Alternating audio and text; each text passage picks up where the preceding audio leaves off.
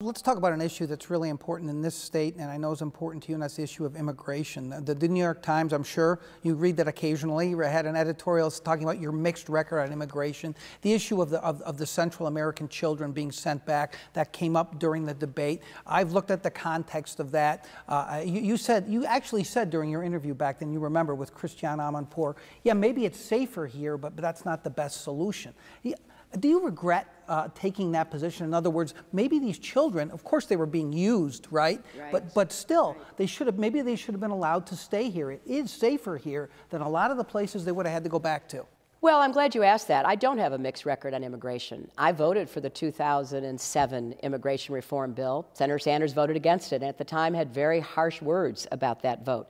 I was one of the original sponsors of the very first DREAM Act.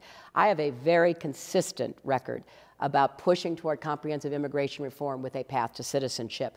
I've also said we need to stop the raids.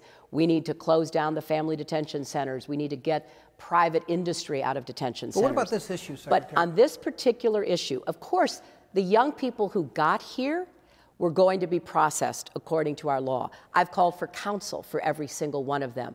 But there were a lot of voices that were really concerned that if there wasn't some messaging sent to families in Central America, these poor families would be scraping together every penny they had, handing it over to smugglers, handing over their precious children. And we know some of those children don't make it, John.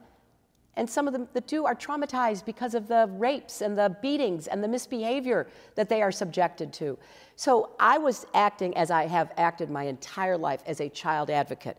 And I was glad that the Obama administration began moving resources to Honduras and El Salvador and Guatemala. So we would have government officials in those countries to try to process people in a more orderly way.